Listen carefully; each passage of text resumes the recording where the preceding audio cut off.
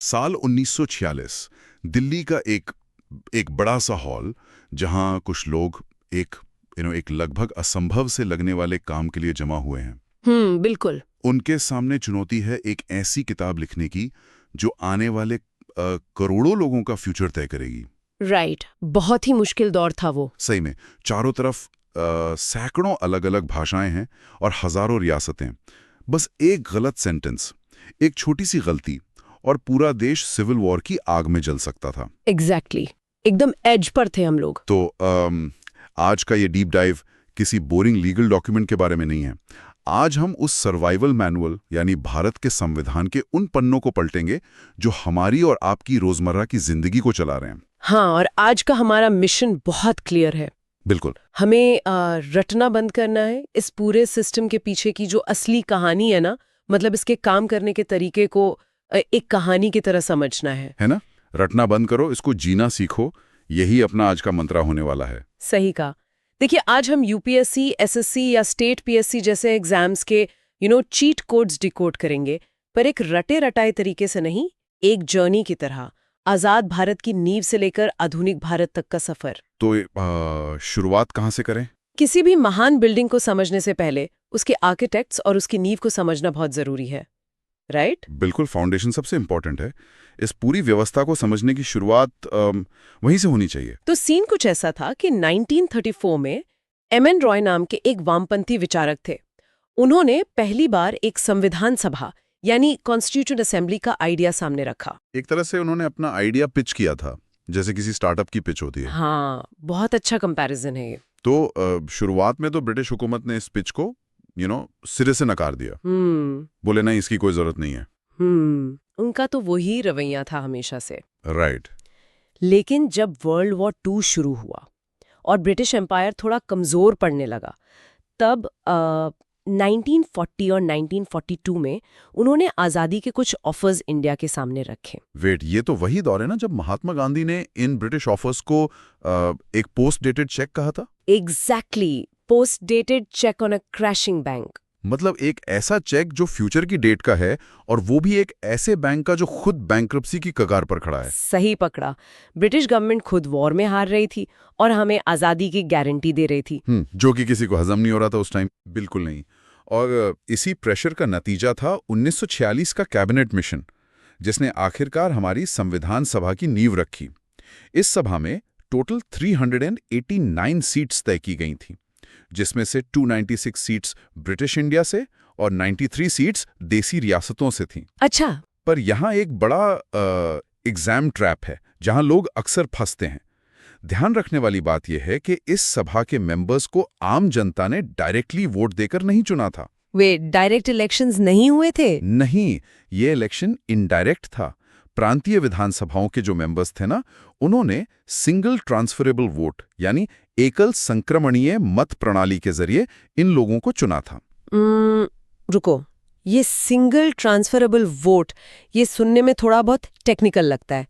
अगर हम इसे एक आम इंसान के नजरिए से समझें तो क्या ये किसी रेस्टोरेंट में ऑर्डर देने जैसा है? रेस्टोरेंट में ऑर्डर? कैसे? मतलब जैसे एक आदमी अपनी पहली पसंद बताता है कि मुझे ये डिश चाहिए, लेकिन अगर वो डिश अवेलेबल नहीं है तो उसका पैसा या इस केस में उसका वोट बेकार नहीं जाता। वो अपने आप उसकी दूसरी पसंद वाली डिश पर ट्रांसफर हो जाता है। ओह वाओ, हाँ बिल्कुल, ये एक बहुत ही सटीक और प्रैक्टिकल एग्जाम्पल है। इस सिस्टम ने ये इंश्योर किया कि जो माइनॉरिटीज है या जो छोटे गुट थे, उनकी आवाज भी सभा में पहुंचे। क्योंकि देश का माहौल उस वक्त बहुत टेंस था ना। बहुत ज्यादा। रातों रात पूरे देश में डायरेक्ट इलेक्शंस करवाना किसी भी तरह से पॉसिबल नहीं था उस वक्त। इसलिए इसी इलेक्ट्रल कॉलेज वाले तरीके को अपनाया गया।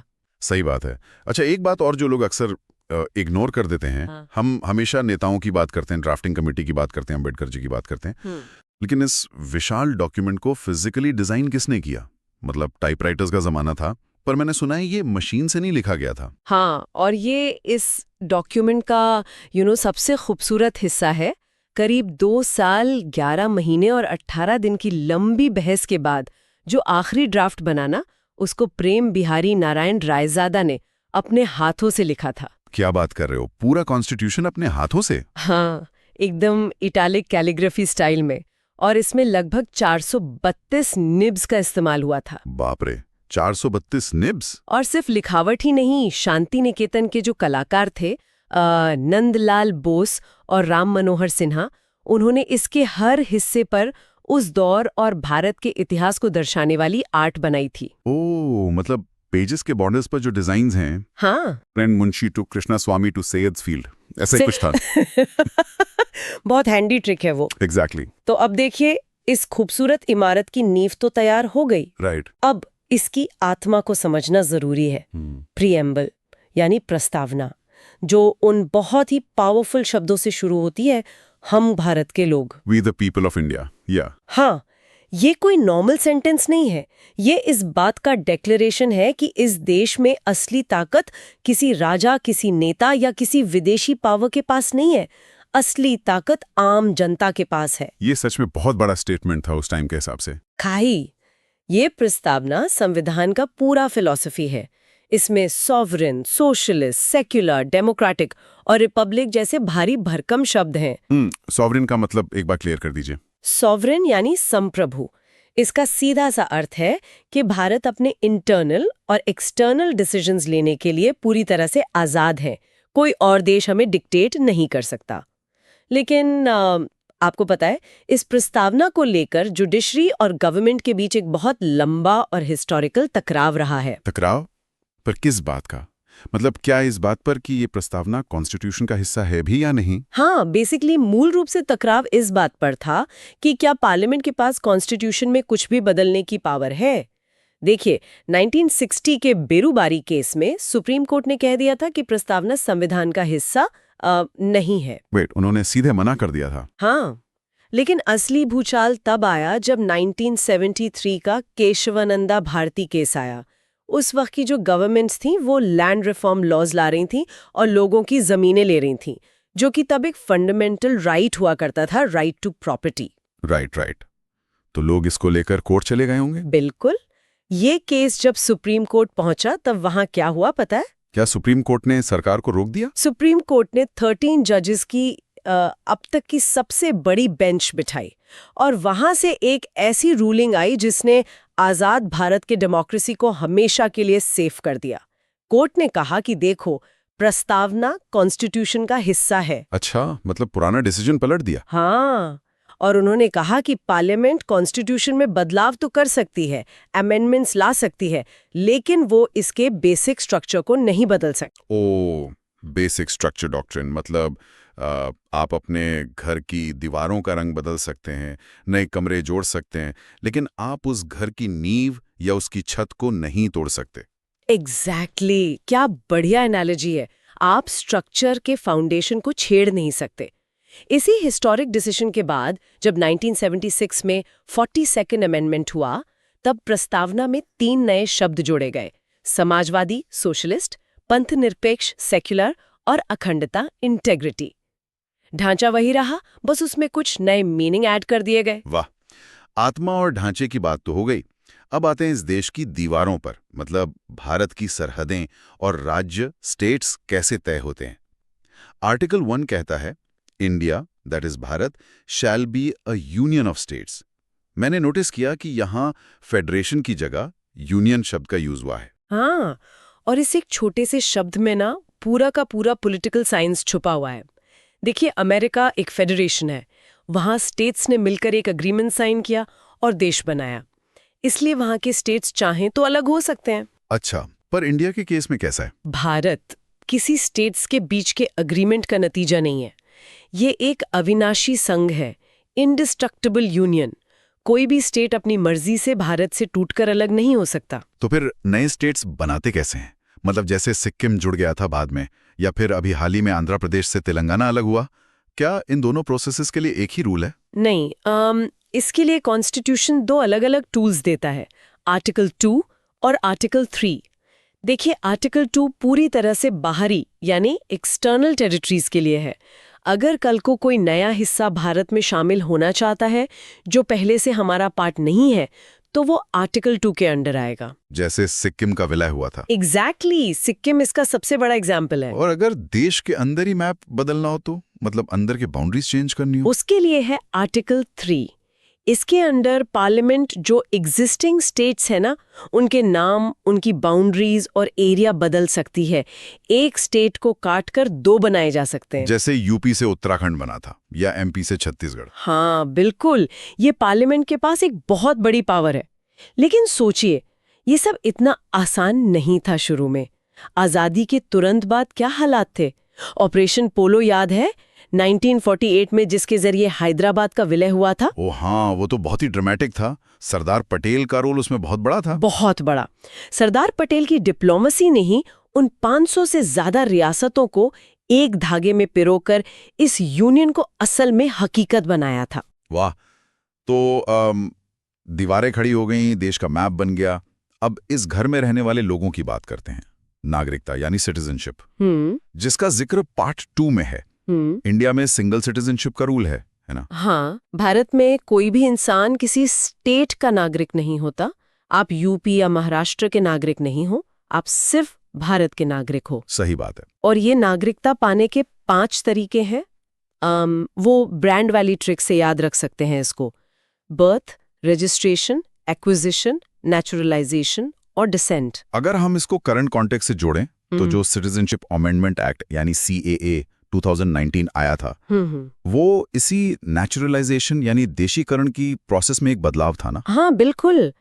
इस एक्ट के थ्रू 3 पड़ोसी देशों के 6 माइनॉरिटी कम्युनिटीज के लिए भारत की नागरिकता पाने का जो वेटिंग टाइम पहले 11 साल का था, उसे घटाकर 5 साल कर दिया गया है। अच्छा, मतलब टाइम कम कर दिया गया। ये एक बड़ा चेंज है जो दिखाता है कि नागरिकता के रूल्स टाइम के साथ कैसे इवॉल्व हो रहे हैं। तो अब चलो, नागरिकता तो मिल गई। ये एक तरह का वीजा हो गया जो आपको इस देश में रहने का हक दे रहा है। राइट। लेकिन एक आम सिटीजन को स्टेट की असीम ताकत से, मतलब सरकार की पावर से बचाएगा कौन? वहीं से शुरुआत होती है पार्ट 3 की, फंडामेंटल राइट्स यानी मौलिक अधिकार, जिसे हम नागरिकों का बुलेट प्रूफ जैकेट कह सकते हैं। बिल्कुल। समानता का अधिकार, फ्रीली बोलने का अधिकार, शोषण के खिलाफ आवाज उठाने का अधिकार और अपने धर्म को मानने की आजादी। लेकिन एक बात है, कागज पर लिखे अधिकार असल में गोली थोड़ी रोकते हैं। अगर कल को सरकार पार्लियामेंट में एक ऐसा कानून पास कर दे जो लोगों से ये जैकेट ही छीन ले, तब क्या होगा? इस खतरे को संविधान बनाने वाले बहुत अच्छी तरह समझते थे। इसीलिए उन्होंने बनाया आर्टिकल 13। इसे आप इन फंडामेंटल राइट्स का बॉडीगार्ड बोल सकते हो। बॉडीगार्ड कैसे? ये आर्टिकल जुडिशरी को जुडिशियल रिव्यू यानी न्यायिक समीक्षा की पावर देता है। अगर स्टेट मतलब सरकार कोई भी ऐसा कानून बनाती है जो नागरिकों के मौलिक अधिकार को कम करता है या छीनता है, तो कोर्ट उस कानून को उसी हद तक नल एंड वॉइड डिक्लेयर कर देगी। 0। वाओ, ये तो हुई कानून बनने की बात। लेकिन अगर कोई पुलिस ऑफिसर या कोई गवर्नमेंट बॉडी किसी आम इंसान के राइट्स का डायरेक्ट वायोलेशन करे, तो एक आम आदमी कहाँ जाएगा? उसके पास क्या रास्ता है? उसके पास है आर्टिकल 32। डॉक्टर BR अम्बेडकर ने इसे संविधान का हृदय और आत्मा, हार्ट एंड सोल कहा था। Heart and soul? हाँ, क्योंकि इसके बिना बाकी सारे अधिकार सिर्फ एक दिखावा हैं। आर्टिकल 32 सिटीजन्स को ये पावर देता है कि वो अपने फंडामेंटल राइट्स के हनन पर सीधे सुप्रीम कोर्ट का दरवाजा खटखटा सकते हैं। और सुप्रीम कोर्ट नागरिकों की रक्षा के लिए 5 तरह की रिट्स इशू कर सकता है। रिट्स, इसे थोड़ा और डिटेल में समझते हैं। मान लीजिए किसी इंसान को पुलिस ने बिना किसी वारंट के या बिना किसी वैलिड रीजन के अरेस्ट कर लिया, हिरासत में ले लिया। ऐसे में वो जो बंदी प्रत्यक्षीकरण हेबियस कॉर्पस वाली रिट है, वो कैसे काम आती है? देखिए, ये रिट पर्सनल लिबर्टी का सबसे बड़ा हथियार है। हेबियस कॉर्पस का लिटरल मीनिंग होता है to have the body of, यानी शरीर को प्रस्तुत किया जाए। अच्छा।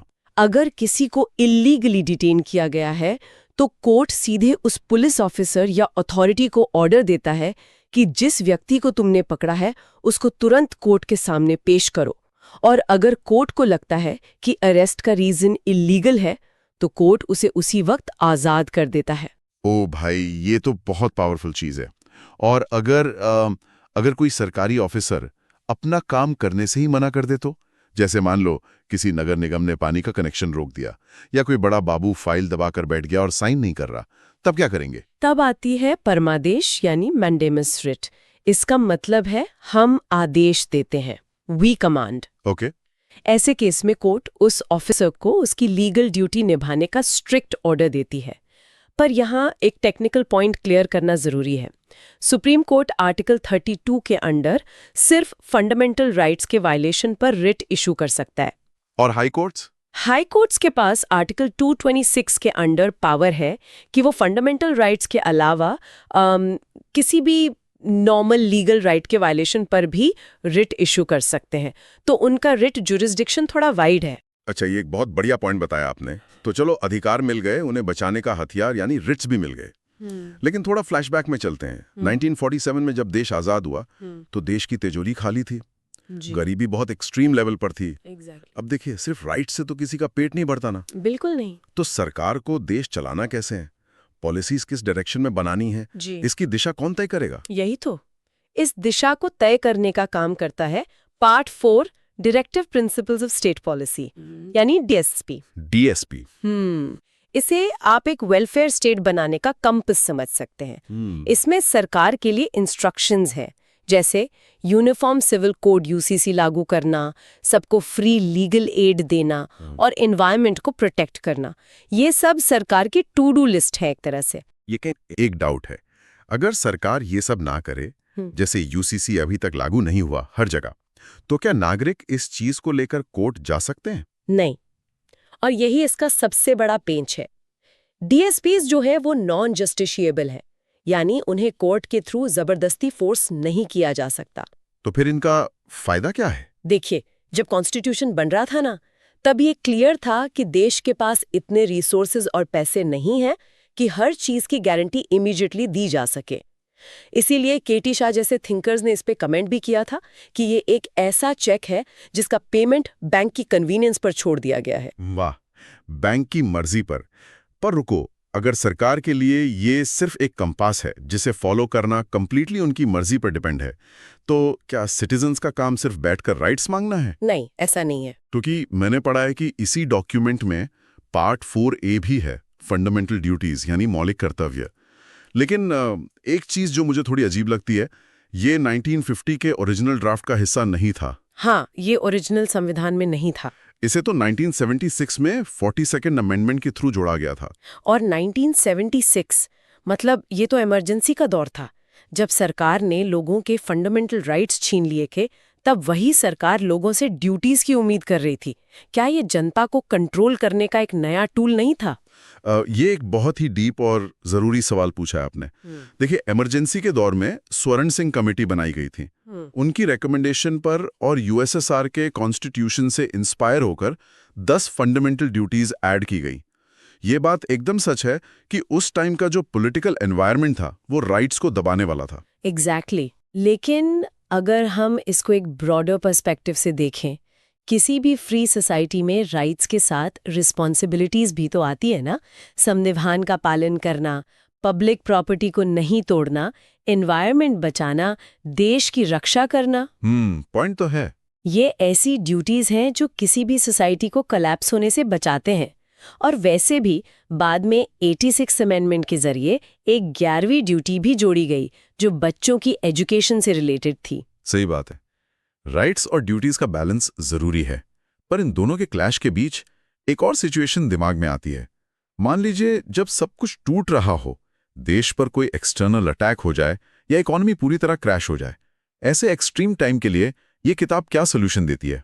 ऐसे इमरजेंसी क्राइसिस के लिए कॉन्स्टिट्यूशन में इमरजेंसी सेफ्टी वाल्व्स दिए गए हैं। 3 मेन आर्टिकल्स हैं इसके लिए। अच्छा। पहला, आर्टिकल 352 नेशनल इमरजेंसी। ये तब लगता है जब वॉर या आर्म्ड रिबेलियन का थ्रेट हो। दूसरा, आर्टिकल 356, जिसे आम भाषा में हम प्रेसिडेंट्स रूल या राष्ट्रपति शासन कहते हैं। ये तब लगाया जाता है जब किसी स्टेट की गवर्नमेंट कॉन्स्टिट्यूशन के हिसाब से काम नहीं कर पा रही हो। और तीसरा है आर्टिकल 360 फाइनेंशियल इमरजेंसी। और लकी बात यह है कि इसका यूज भारत के इतिहास में आज तक एक बार भी नहीं हुआ है। Thank God for that. और इन सबसे भी ऊपर, अगर कल को टाइम के साथ इस पूरे डॉक्यूमेंट में ही, इस किताब में ही बदलाव की जरूरत पड़ जाए तो उसके लिए है आर्टिकल 368।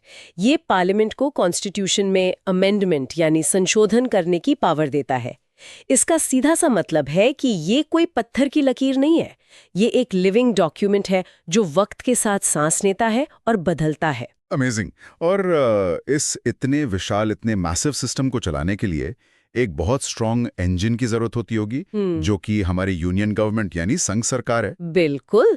आर्टिकल 52 कहता है कि देश का एक प्रेसिडेंट होगा जिसके नाम पर हर सरकारी काम होगा। लेकिन हम सबको पता है कि प्रेसिडेंट ज्यादातर एक सिंबॉलिक हेड होते हैं। जी। असली पावर तो प्राइम मिनिस्टर और उनकी काउंसिल ऑफ मिनिस्टर्स के पास होती है ना, बिल्कुल। जो आर्टिकल 74 के हिसाब से प्रेसिडेंट को एडवाइस करते हैं। यही कहा। और इस मिनिस्टीरियल सिस्टम में ना पहले एक बहुत बड़ी और थोड़ी फनी प्रॉब्लम हुआ करती थी। क्या? सरकार को बचाने के लिए या नाराज एमएलएस को खुश रखने के लिए दर्जनों लोगों को मिनिस्टर बना दिया जाता था, जिसे उस टाइम जंबो कैबिनेट कहते थे। ओह हाँ हाँ। मतलब इतने सारे मंत्री, सरकारी खजाने पर उनकी लाल बत्ती वाली गाड़ियों का, उनके बंगले और स्टाफ का इतना भारी बोझ पड़ता था। तो इस सिस्टम को रोका कैसे गया? करप्शन को रोकने के लिए ही 91st अमेंडमेंट लाया गया था। इसने एक 15% रूल फिक्स कर दिया। इसका मतलब है कि अब लोकसभा या स्टेट असेंबली की टोटल सीट्स के 15% से ज्यादा लोग मिनिस्टर नहीं बन सकते। वाह, इसने तो पावर की बंदरबाट पर एकदम से सॉलिड ब्रेक लगा दिया होगा। बिल्कुल लगाया। पर सोचिए, जब पावर इतने लोगों के हाथ में है, पीएम, सीएम, मिनिस्टर्स, तो एक नेचुरल सवाल उठता है, इस देश के खजाने की और आपके और मेरे टैक्स के पैसे की रक्षा कौन करता है? डेमोक्रेसी के पहरेदार या गार्डियंस कौन है? वेल, एक पहरेदार तो डेफिनेटली सुप्रीम कोर्ट है, जो कॉन्स्टिट्यूशन और लॉज पर नजर रखता है। सही बात। और दूसरा, और अगर हम एडमिनिस्ट्रेशन और पैसे के हिसाब से सोचें, तो शायद सबसे इंपॉर्टेंट पहरेदार है CAG, controller and auditor general of India. Article 148 से लेकर 151 तक इसका जिक्र है। और आपको पता है, डॉक्टर अंबेडकर ने CAG को संविधान का सबसे महत्वपूर्ण अधिकारी माना था। वेट, सच में एक ऑडिटर इतना इंपॉर्टेंट कैसे हो सकता है किसी देश के लिए?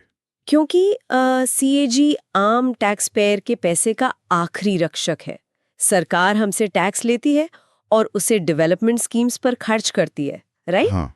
तो ये CAG की ड्यूटी है ये चेक करना कि वो पैसा सही जगह पर, सही एम के साथ और बिना किसी घपले या करप्शन के खर्च हुआ है या नहीं। आपको याद होंगे पिछले दशक के बड़े स्कैम्स, 2G स्कैम हो या कोलगेट स्कैम, ये सब देश के सामने कैसे आए थे? ये सब CAG की ऑडिट रिपोर्ट से ही बाहर आए थे। एग्जैक्टली। वाओ, ये तो दिल्ली में बैठे इन बड़े पहरेदारों की बात हो गई। लेकिन अगर हम प्रैक्टिकली सोचें तो भारत की असली आत्मा आज भी गांव में बसती है। बिल्कुल बसती है। डेमोक्रेसी जब तक दिल्ली के कॉरिडोर से निकलकर गांव की चौपाल तक नहीं पहुंचेगी, तब तक वो इनकम्प्लीट ही रहेगी। और इसी इनकम्प्लीट पिक्चर को पूरा करने के लिए संविधान का पार्ट 9 एग्जिस्ट करता है, पंचायती राज। महात्मा गांधी का जो ग्राम स्वराज का विजन था ना, वो तभी पूरा हो सकता था जब पावर का सच में डिसेंट्रलाइजेशन हो, शांति से पावर गांव तक पहुंचे। लेकिन एक चीज मुझे समझ नहीं आती, ये काम तो 1950 में ही हो जाना चाहिए था ना। इसे कॉन्स्टिट्यूशनल स्टेटस मिलने में 1992 तक का टाइम क्यों लग गया? क्योंकि देखिए, कोई भी अपनी पावर शेयर नहीं करना चाहता। स्टेट गवर्नमेंट्स अपनी पावर गांव के सरपंचों के साथ बांटने में इंटरेस्ट नहीं दिखा रही थी। अच्छा। शुरुआत में बलवंत राय मेहता कमेटी बनी, जिन्होंने 3 टियर सिस्टम सजेस्ट किया, पर वो ग्राउंड लेवल पर ज्यादा हिट नहीं हुआ। फिर सालों तक कमिटीज बनती रहीं, अशोक मेहता, GVK राव, LM सिंघवी। हाँ, वो एग्जाम्स में BAGLG शॉर्टकट याद करते हैं लोग इन कमिटीज के लिए। वहीं डेकेड्स तक बस कमिटीज बनती रहीं, क्योंकि पॉलिटिकल पार्टीज ग्राउंड लेवल पर पावर और पैसा कंट्रोल नहीं छोड़ना चाहते थे। फिर फाइनली ये रास्ता साफ कैसे हुआ? ये स्ट्रगल खत्म हुआ 1992 में 73rd कॉन्स्टिट्यूशनल अमेंडमेंट के साथ। इसने पंचायती राज को एक प्रॉपर कॉन्स्टिट्यूशनल स्टेटस दे दिया, यानी अब स्टेट्स को लीगली इलेक्शन करवानी ही थे। और पता है इस बदलाव की सबसे क्रांतिकारी बात क्या थी? क्या? इसने पंचायतों में महिलाओं के लिए 33% रिजर्वेशन फिक्स कर दिया। ओह वाह, ये तो सच में गेम चेंजर रहा होगा। बहुत बड़ा। शादियों से जो महिलाएं सिर्फ घूंघट और चरदीवारी के अंदर थीं, जब उन्हें सरपंच और प्रधान बनने का एक्चुअल मौका मिला, तो उसने ग्राउंड लेवल पर इंडियन सोसाइटी की रियलिटी को हमेशा के लिए बदल कर रख दिया। सही बात है। तो आज के इस डीप डाइव में हमने आज़ाद भारत की इस मास्टर स्क्रिप्ट को डिकोड किया है और हमने देखा कि ये डॉक्यूमेंट सिर्फ कुछ 395 आर्टिकल्स या 12 स्केड्यूल्स की कोई लाइफलेस लिस्ट नहीं है, ये एक धड़कता हुआ जिंदा सिस्टम है। बिल्कुल। हमने देखा कि कैसे इमरजेंसी प्रोविजंस आर्टिकल 352, 356, 360 और अमेंडमेंट की पावर आर्टिकल 368 काम करती हैं, कैसे अधिकारों का बुलेट प्रूफ जैकेट हमें बचाता है और कैसे ये ताकत दिल्ली से चलकर गांव के सरपंच तक पहुंचती है। डॉक्टर अंबेडकर ने संविधान सभा के आखिरी भाषण में एक बहुत ही गहरी बात कही थी। उन्होंने कहा था कि संविधान कितना भी अच्छा क्यों न हो, अगर उसे लागू करने वाले लोग बुरे हैं तो वो बुरा ही साबित होगा। इसका मतलब है कि ये किताब अपने आप में सब कुछ नहीं कर सकती। ये जीवन का एक वाहन है, एक व्हीकल ऑफ लाइफ है, और इसे कौन चलाता है ये सबसे ज्यादा मैटर करता है। बिल्कुल सही। और इसी बात से मेरे मन में एक आखिरी बहुत जरूरी विचार आता है। जो लोग कल इस सिस्टम का हिस्सा बनने की तैयारी कर रहे हैं, जो ऑफिसर्स बनेंगे और ऑफिसर्स ओथ लेंगे, उन्हें ये ध्यान रखना होगा कि ये शपथ, ये ओथ सिर्फ किसी एग्जाम को क्लियर करने का बैज नहीं है। ये उन लाखों अनजान चेहरों की वसीयत है जिन्होंने इस आजाद हवा में सांस लेने के लिए अपनी जान गंवाई थी। सही बात है। सवाल बस ये है कि जब आप या कोई भी उस कुर्सी पर